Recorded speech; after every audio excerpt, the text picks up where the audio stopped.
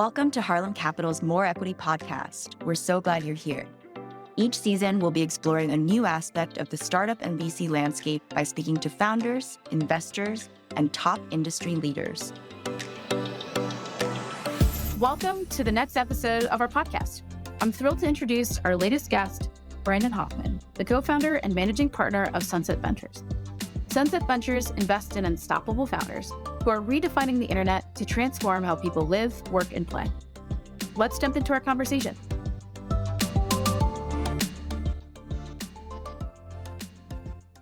Yay. Well, hi, Brandon, and welcome to the Harlem Capital More Equity podcast. I'm super excited to have you on as part of our Diverse Emerging Manager series.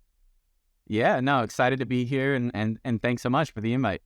Oh, absolutely. And you're actually the first HCP alum who's interned with the firm, who is now, there you go, I love the gear, who is now launching their own fund. So one, love the connectivity there, super excited about what you're building with Sunset Ventures.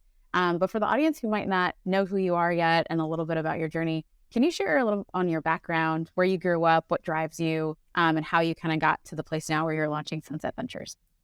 Yeah, happy to. So Brandon Hoffman, grew up in Southern California, kind of bounced around growing up. For those familiar, I sort of migrated my way from Inland Empires to areas of Orange County and Anaheim, and eventually settling in LA, where I made my way back full circle a couple of years ago and planted some roots here. So plan to be here for the foreseeable future. I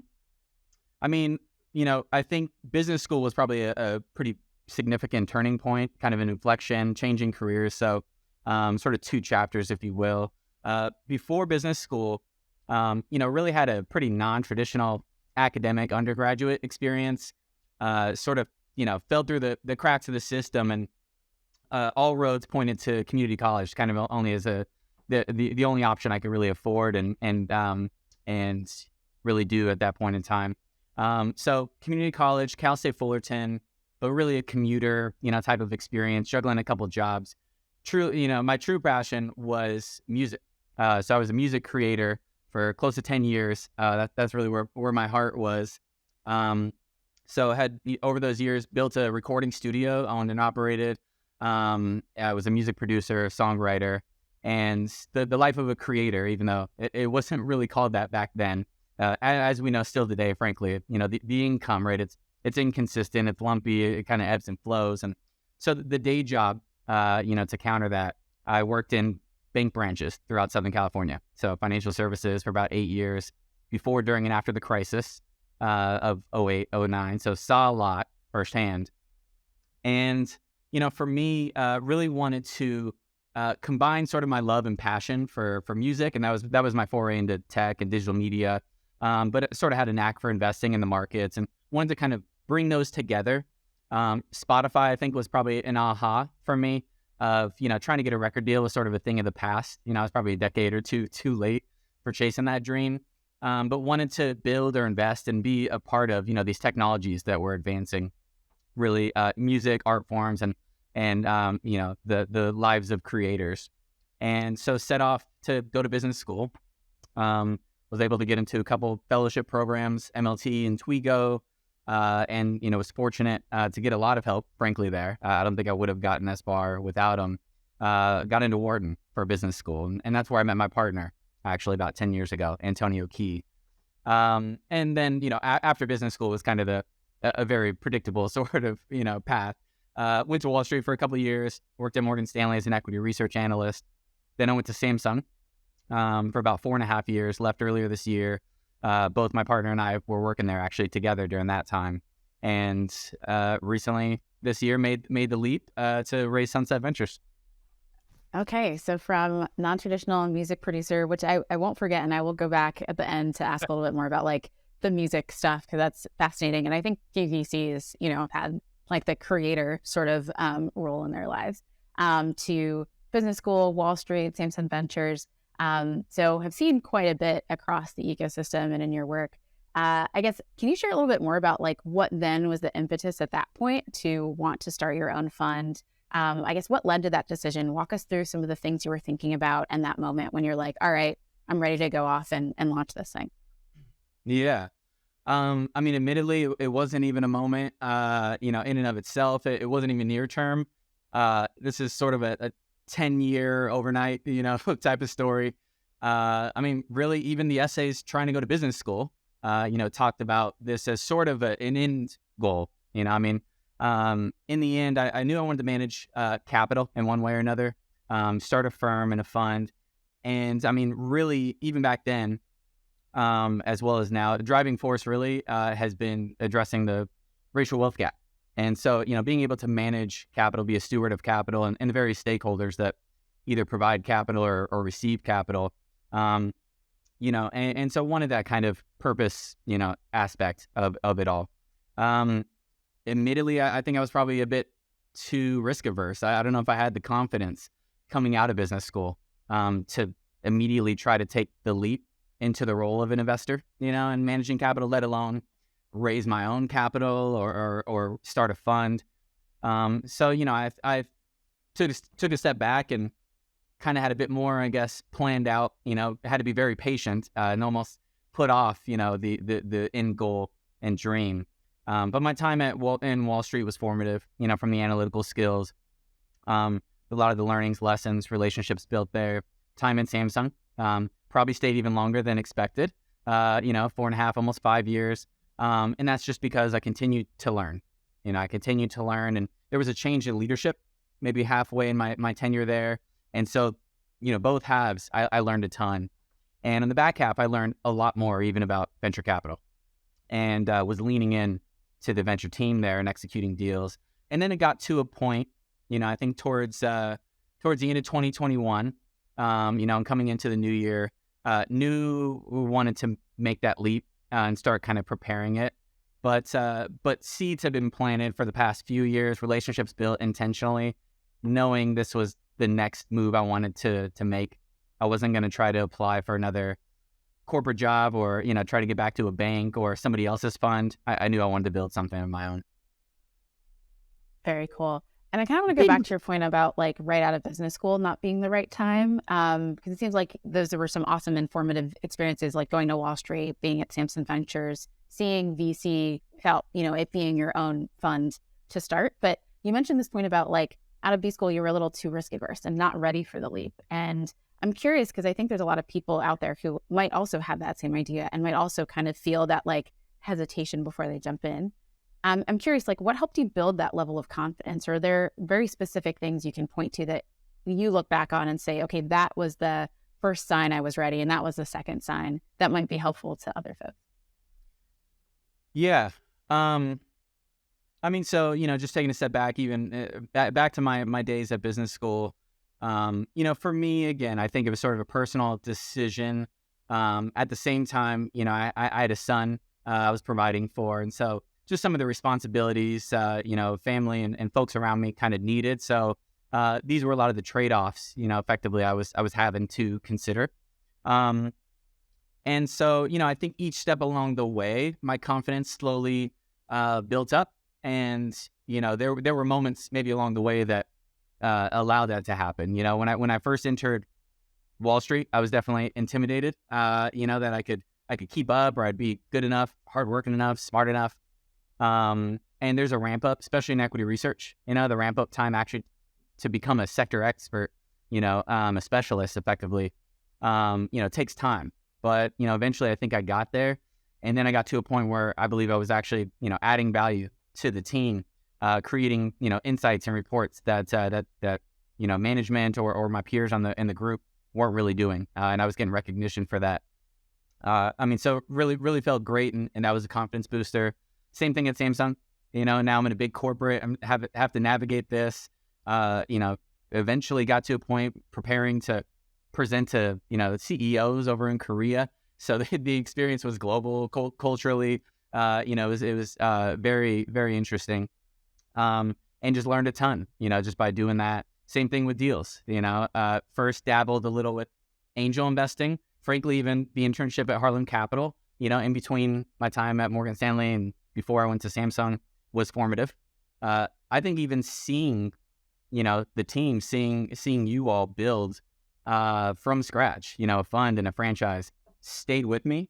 It made it a little more tangible, realistic, seeing folks that I knew build it. And so if anything, I think I held on to that the whole time I was at Samsung, and once I started to actually execute deals and some of them were performing well, again, that feedback loop, and the confidence gets built.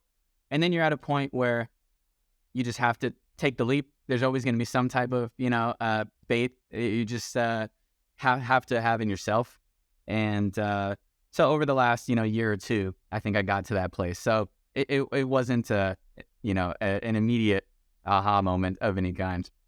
Fair, which I think sometimes like the media can make it seem like, okay, we have this great idea, we go launch, but there really are like a lot of steps and mistakes and twists and turns and things we learn along the way that like a seed planted, before business school becomes to life, far after. So I know, and it is really cool kind of hearing the arc, but also like those key moments that shape it, where you learn, where you start add value, where you see your value, and then where you can take that leap.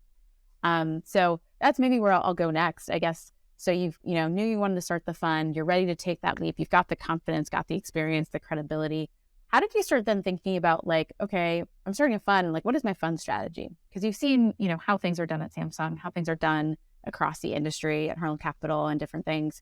Where did you sort of build your fund strategy? Where did you start? And I guess how then does that go back to your North Star, that driving force of like wanting to address the racial wealth gap kind of fit into the fund? Yeah. I'll start with the last point there, essentially the North Star, the why behind it all. Even at Samsung, tried to bring that sense of purpose, and that work, and frankly leverage the brand, the platform, the corporate, fund to be able to do work in that space and in those communities with those founders. So in 2018, had launched the Diverse Founders Initiative at Samsung. Targeted effort really to invest in Black, Latinx, and women founders, which was, just a space that Samsung didn't have much presence, right? So could kind of carve your own lane there, within the platform and team, and just continue to kind of build on that, building an angel community called Diverse Angels for folks. And, some of the firsts out of Samsung. So, some of the first diverse founders, Black founder, Black female founder, Latina founder, came out of these initiatives over the last few years. So really proud of that work. And, really plan to keep that as a core value, frankly. That's just sort of a philosophy I think my partner and I have with the way we operate, with the way we, do the work in the space. And so that's kind of a deeply embedded, I would say, value within our strategy. And so I do think we just have an edge, an unfair advantage, with networks that skew more diverse, and the ability to empathize and kind of spot potential within them, which might not be traditional patterns that folks are, trained to look at from the Valley. And I think that's because we see ourselves, in a lot of these founders.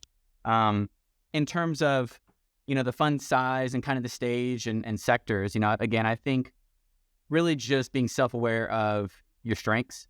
And I think we took an honest assessment of what we thought was feasible, what we thought we were good at, as well as what we wanted to do, and thought would generate returns as well as impact. And that just naturally brought us to the early years or earliest of stages, so pre-seed and seed predominantly.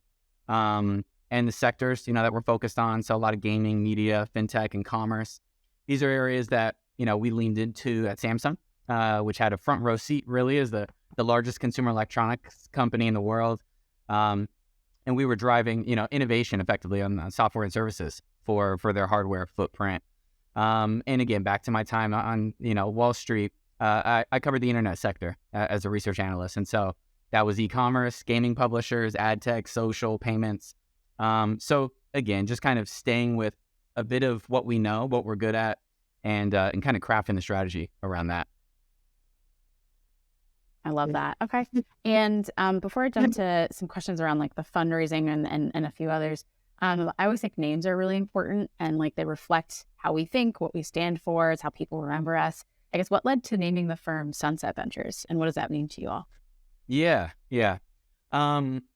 So high level, just even from kind of a branding standpoint, I'm based in LA, he's in SF, so definitely West Coast kind of vibes, if you will.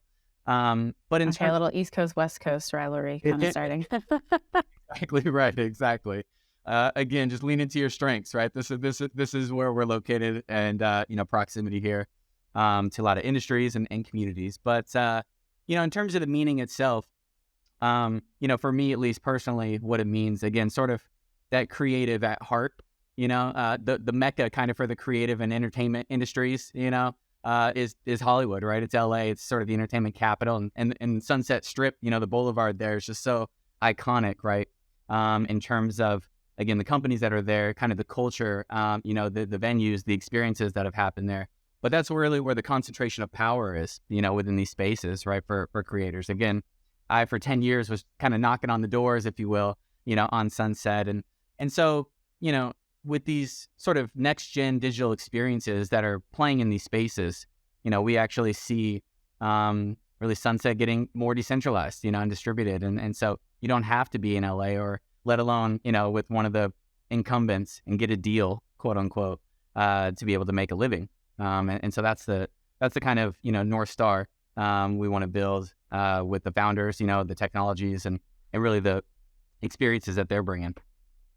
Amazing. And I think what kind of comes through in everything you've shared so far is that, like, it really is like the fund in many ways is manifestation of all of the experiences you've had, all of the lenses you bring, all of the pieces, like even the creator side, the analytical side, all coming together. And I think where our fund brands like really shine is when we're our authentic selves. It's how we connect with LPs, how we connect with founders. So I love that you're bringing like all of those pieces kind of together. And I guess kind of thinking about like the LP side to shift a little bit, I think one of the biggest things with launching a fund, one of the biggest questions is like, how do you actually find LPs? How do you fundraise? Like, what is that black box like really like? So I'd love if you could share a little bit about like, what does that journey look like? How did you find your first LPs? And did you like have to convince them about your investment strategy? Were they totally bought in? Like, walk us through some of the things you went through there. Yeah. So again, the way that it worked for us and the approach that we had was being intentional, with a lot of the relationships that we were building with the brand. Effectively, we were building in the ecosystem more broadly over the last few years, and so that's kind of the pre-work, if you will. So you're not technically starting cold. Even building and fostering, community, angel investors, and doing SPVs and co-investing with folks and investors out there. Building relationships with founders, with corporates, corporate venture funds, as well as the business units. And so really a lot of those relationships, these first, second connections, were the first call, effectively. These were the folks that we let know, that we were making this leap, this move.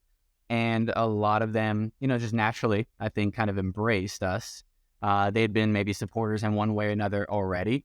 Especially with your first fund. I mean, your strategy is important. Sometimes we may need to walk through the nuances there.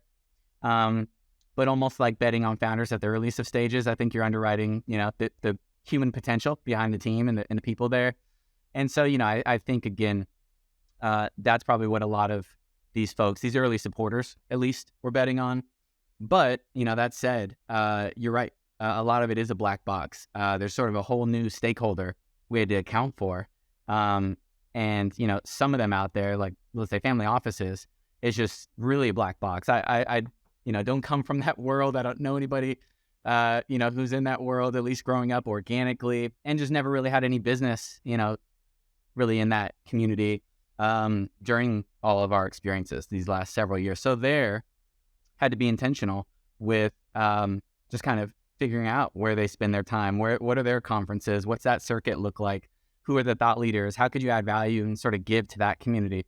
And so, that's a lot more of a cold start. And it is just kind of showing up, going to these conferences, meeting folks, asking for referrals, eventually even getting on panels, again, just giving, right? Insights, expertise, analysis, giving your thoughts on a space or the asset class, is helpful, right? So just kind of give in hopes effectively that eventually, whether in the near term or over the long run, it'll pay off.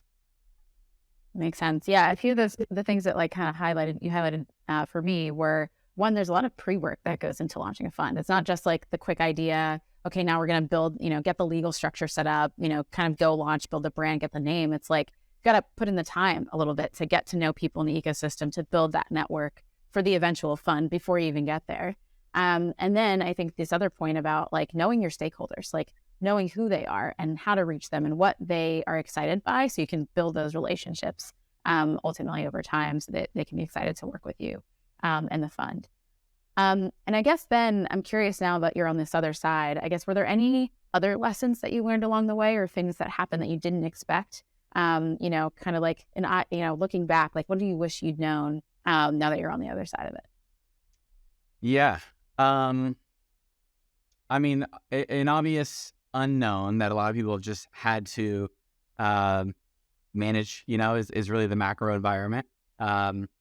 Things were heating up and there was some of a bubble sort of at play there. But to what degree it would either burst, and this is venture as well as just the economy at large.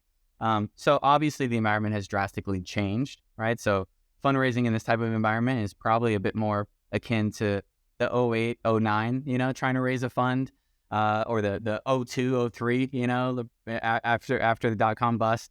And so what I had more recently started to do, but would have been a bit more intentional about in the pre-work, is probably building relationships with folks that have built many funds, a firm, a franchise, and have seen, firsthand, if not even raised during those environments. Eventually, I started to kind of have those conversations, even in the past few months, which has been extremely helpful. But even beforehand, not waiting, frankly, for the collapse, or this macro kind of headwind to occur. Just getting that kind of wisdom from folks, it's invaluable. Yeah, I love that. And I guess it's interesting because, like you mentioned, you did see the 08, 09 crisis, but on like the banking and financial services side, maybe not on the VC and tech side in this way, which a lot of people in the industry right now like haven't. Like, this is my first financial crisis that I'm actually like working through as an adult, like, as in, much younger earlier.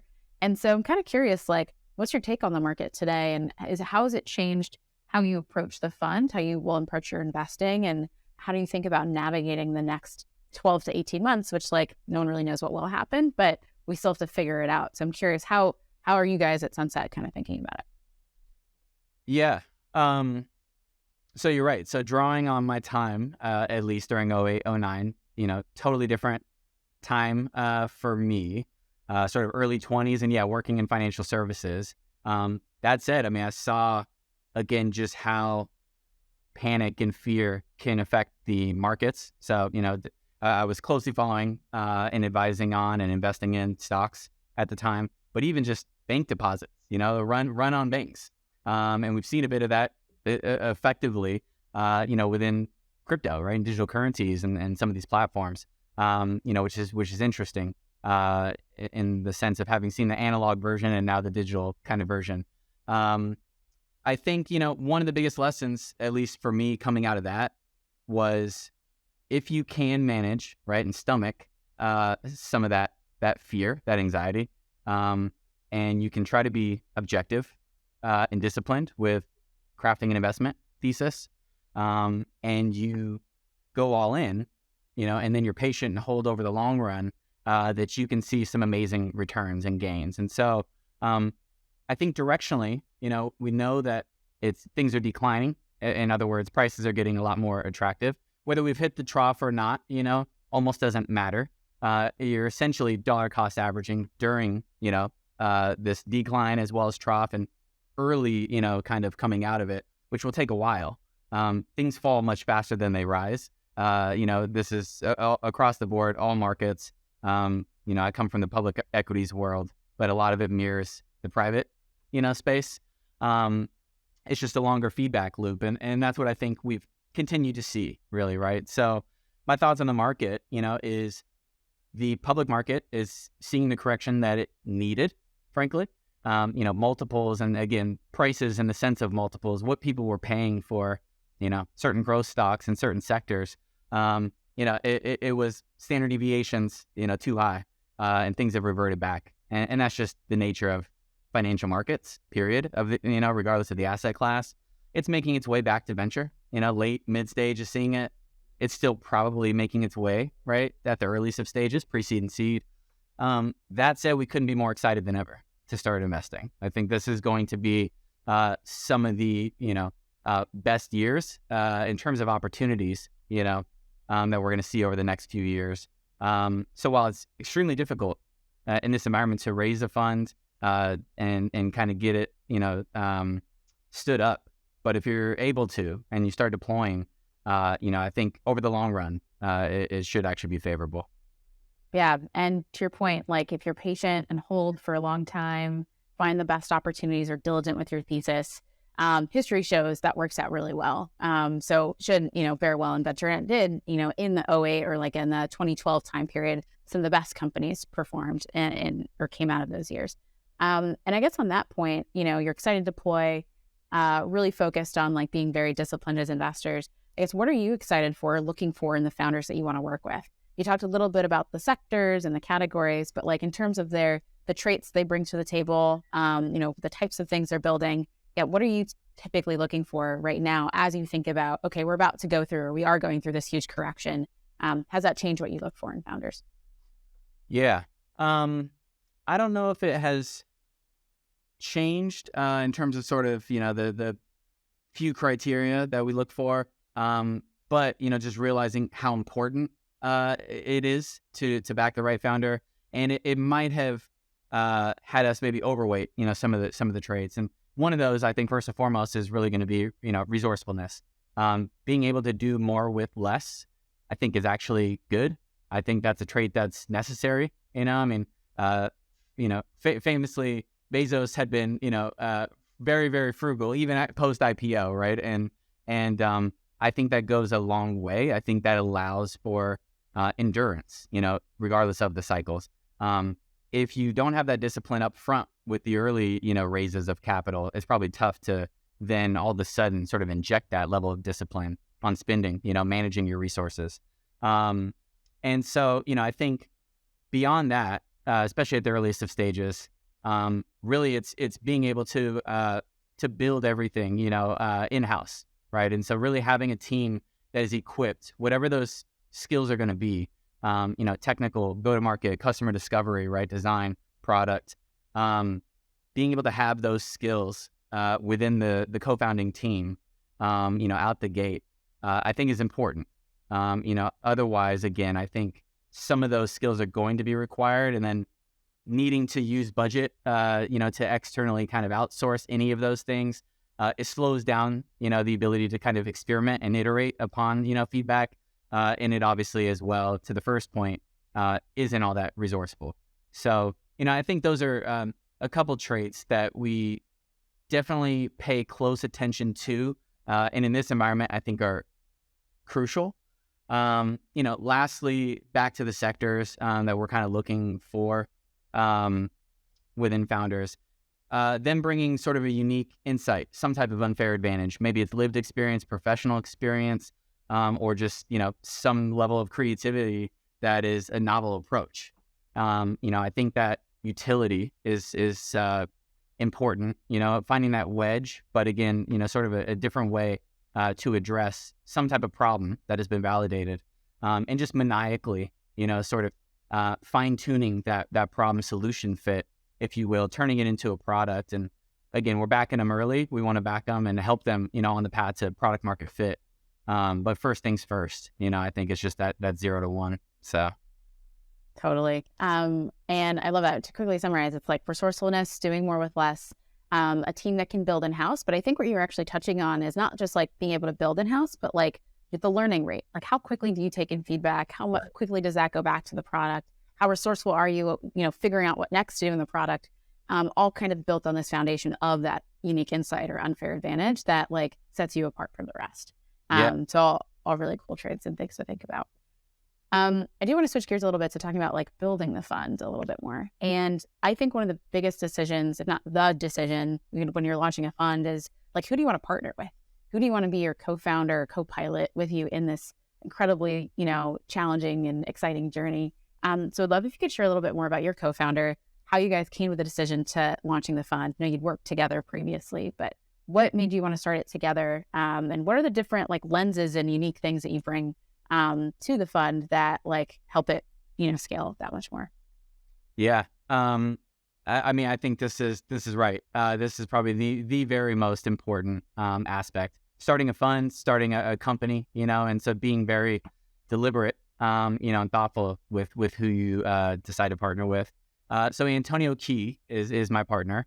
And as mentioned, I mean, we've known each other for 10 years, coming from some of these networks and communities, pre-MBA fellowship programs. But, in those groups were a few hundred people. And so even from that pool there, how and why Antonio, for me, we just really, I think, clicked, in getting to know each other during the business school application process, really having a shared goal and destination that you want to get to, even in the near term. And you're working together, right? Even on some of the specific tasks that need to be done to get there, or pushing one another, and leveraging each other's strengths to be as refined and polished as you can. I mean, really to increase the chances of success. And I think we found our first success, if you will, getting into business schools together. We started to, I think, be so in sync that we then were even deciding which schools to potentially go to together, and sort of chose Wharton together. And same thing, working on various projects, there. We knew what we wanted to get out of business school, and there's people go for different reasons, Again, I think we just happen to be aligned. Same thing when we made our way to Samsung, for about almost 5 years. We're working on high profile, projects. And again, just continuing to, I think, reaffirm, sort of the synergy that we bring out of one another. It really is a 1 + 1 = 3. And you mentioned traits, I think for me, as you said, sort of a mix of, call it creative and analytical, maybe getting too much in the weeds at times, and sort of geeking out over things. That's why I loved being a research analyst. But inherently, I'm a lot more of an introvert. And venture, especially this space, is a contact sport. You got to get out there. You got to build relationships. But even at every step along the way over the last 10 years, Antonio's nature being a bit more of an extrovert. More than that, I think his ability to connect with folks and find a point of commonality fairly quickly, regardless of where they come from in all walks of life, is impressive. I think that's important. And first, just establishing trust and foundation with various stakeholders out there, especially if you're sort of playing any kind of a long game, with them, again, which this business is. And tactically, I think we complement one another again. So sort of market analysis, deep dive diligence, thesis development, a lot of that kind of stuff I'm digging into. I'm probably pushing the founders even on when we tag team and we'll meet with founders. He's a lot more on the process kind of side, ops, really a deal maker, if you will. And that execution is important, right? And so I think sort of that duality between us has, tactically been an advantage, again, at corporate and as investors. Yeah. And I think that having that balance within a fund is so important, because it's like there's so much that you have to do: legal, back office, deals, fundraising. Like you have, in the way that we ask founders to do a little bit of everything, emerging managers or founders themselves, you are doing a little bit of everything too. So having that balance is key. But I also think it's important to know those strengths that you have and play to them well. And you brought up this point that he's more of an extrovert, you're more of an introvert. I'd say I'm also the same. And I'm curious, because I've gotten the question before, how do you do it in venture then if you're more on the introverted side, and it is this contact sport, you're talking to people all the time? What do you do to play to your strengths, and where do you think that really starts to shine as you think about Sunset Ventures? Yeah. So for me personally, entering this space, I had to be deliberate and make the effort, frankly, to get out there. And again, I think a lot of these roles that I've had has required it to varying degrees.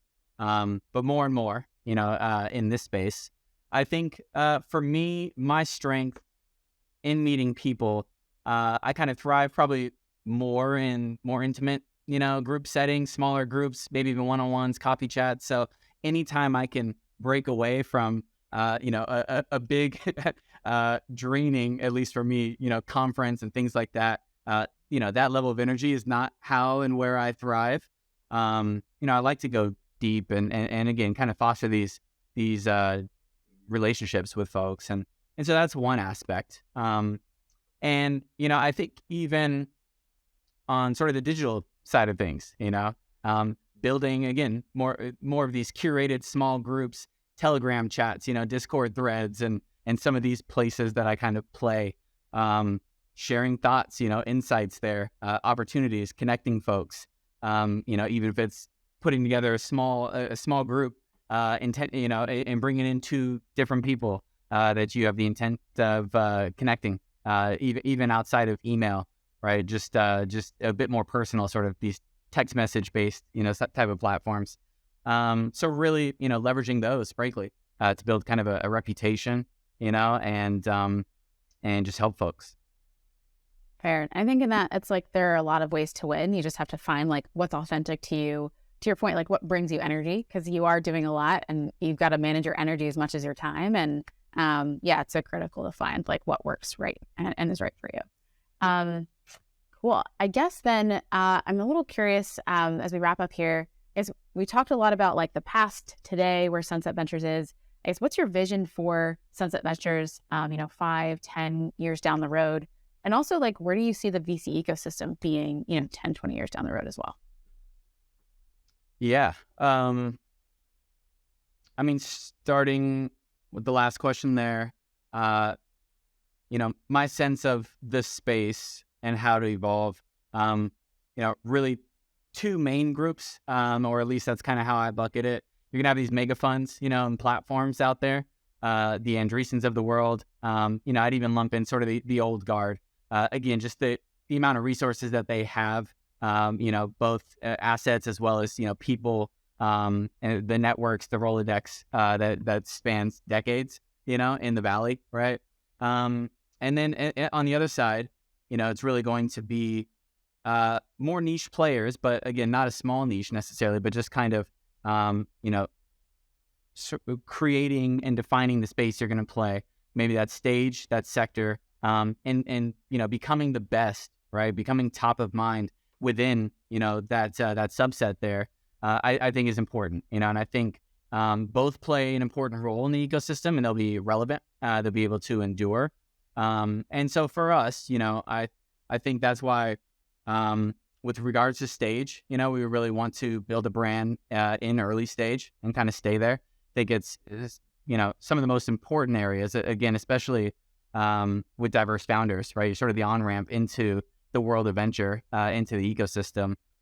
So from an impact standpoint, it's important. It's also just fun. It's fun to be able to, build a relationship with founders at the earliest stage and see an idea turn into something. Again, I think as a creator at heart, that's what I loved about music, having an idea of a concept, really, that was a song. I mean, that was my medium, and turning it into one, and let alone then others for whatever reason want to buy it, want to hear it, and seeing that happen, and being a part of that, is just an amazing feeling. And so, sort of get that energy from these builders out here who are solving, end users' needs. Same thing with not only stage, but sectors. A few key sectors that we naturally are curious about, passionate about. I think that just gives you an edge. And it helps, frankly, that we have years of experience in these spaces. So I think really becoming top of mind and building a franchise that sort of corners, a part of that market, if you will. And that's the kind of franchise, we want to build. I think in terms of our team, I think we really want to be a firm that is open, to the next generation of investors and VCs out there. Hopefully folks would come through and maybe spin out and eventually kind of raise their own fund and really help them do so with whatever lessons and relationships, we've learned over the years. Just because the landscape and the ecosystem needs so much, almost at every level, whether it's LPs, fund of funds, VCs, founders, the employees of startups, that get equity, the end users themselves. I mean, we need to see, a lot more diversity, and inclusion and just kind of equitable approaches to all of this. And again, I think a lot of wealth is actually created, and unlocked at every level. And want to make sure we're intentional with, the people, the types of people who are able to participate there, and want to focus on those that traditionally haven't. That's incredible. You hit like every amazing point. I'll just like underline it, bold, italicize everything you just said. But your story is inspiring. What you've been building with Sunset Ventures is inspiring. And I'm confident, like what you were saying, like more people will come, your founders will go off and become incredible companies. People that work at Sunset Ventures, will go off and launch their own incredible funds. And you mentioned earlier, like or brought up this point, like funds that are building a franchise. And I think that's like something that endures, that lasts, but also really helps change and shape an ecosystem. So super excited for what you're doing. Earlier, you mentioned you started as a creator, as a musician. Your true passion is music. So I have to go back to that and chat a little bit about it. I guess, how are you still creating music today? What's exciting to you in music? What are you listening to on repeat? Would just love to like hear, how you're thinking about the music world these days. Yeah. I dabble at times in front of the piano and keyboard from time to time, but I'm not running a full production studio and not collaborating or working with artists or anything anymore and recording them. I miss those days in many ways, but I'm not. This is a full-time job a couple times over, and any extra fair. I try to give to the family. Makes sense. And so, in terms of, what I'm listening to these days, one of your last points there, hip hop, R&B, sort of my favorite genres, specifically more of alternative R&B, neo soul, if you will. Brent Faiyaz, Giveon. But these are a few artists that I probably have on repeat, other than, let's say, Drake's new album or something, as I'm sure a lot of us have. Of course. Right now. So I love it. Well, a little known fact is that Harlem Capital actually has a theme song that we had created. I think someone volunteered it, or we got to create it. I don't know. So I don't know, maybe that is in Sunset Ventures this future. We can collab someday at some point. And cool. So wrapping up with 2 quick questions. If there's a book or podcast that anyone looking to launch a fund should be reading or listening to, what would that be? What would you recommend?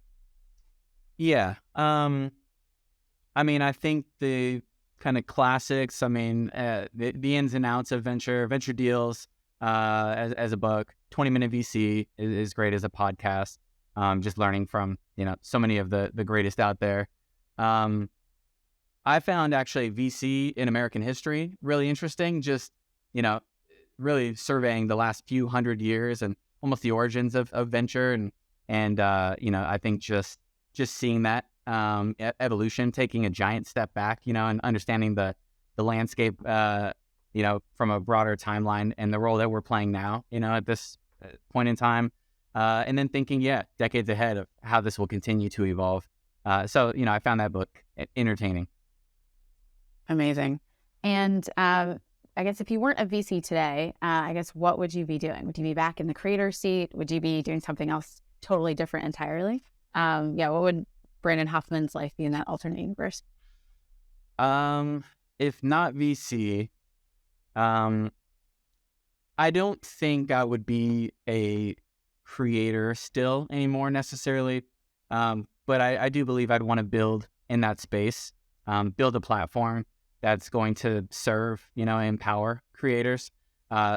My son dreams of being a creator, I think, as many young kids that are surveyed these days. And hopefully, the tools and platforms and the opportunity, frankly, will allow all of those that want to pursue that to be able to do so and not have to give up that dream, because it's not feasible. So that's the future I'd want to see. And personally, I'd be honored, frankly, to build in that kind of space and be an agent for change, if you will. Oh, I love that. Like builder at core, change always on the horizon, and the sunset, I guess. Exactly. To wrap it together. Well, Brandon, thank you so much. It was so awesome getting to chat, getting to catch up and hearing about what you guys are building. Really thrilled and proud of where you guys are going in the ecosystem. And thanks again for the conversation. Thank you so much for having me.